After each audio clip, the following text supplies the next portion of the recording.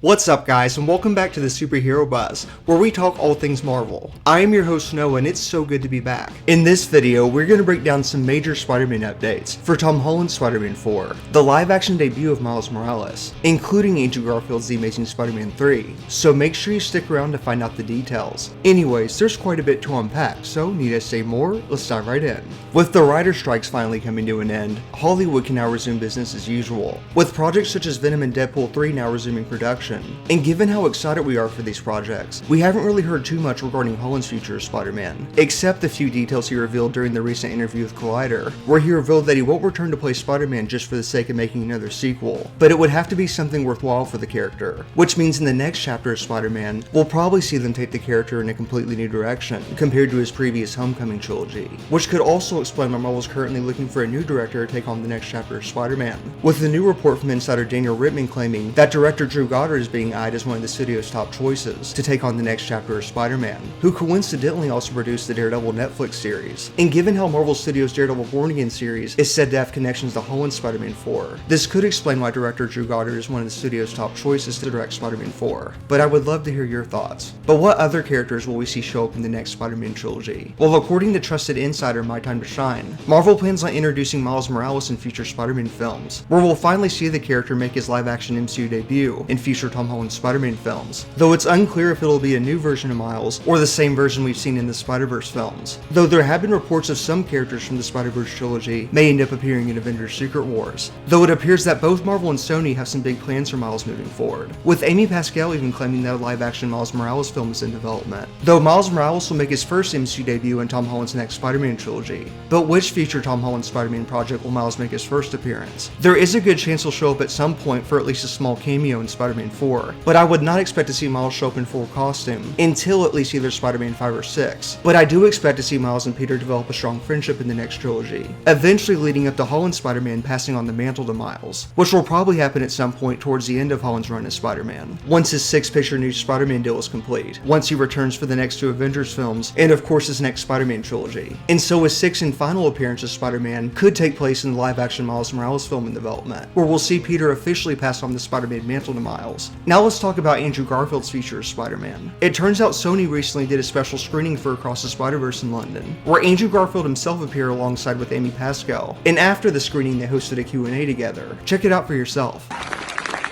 Yo! Guys, this is so great. I'm so happy and honored to be here. This is the first time I've ever done a Q&A with any humans, let alone humans that I love, after the movie that you guys just saw, which I think we can all agree is kind of a masterpiece of animation, but also a masterpiece of just pure cinema.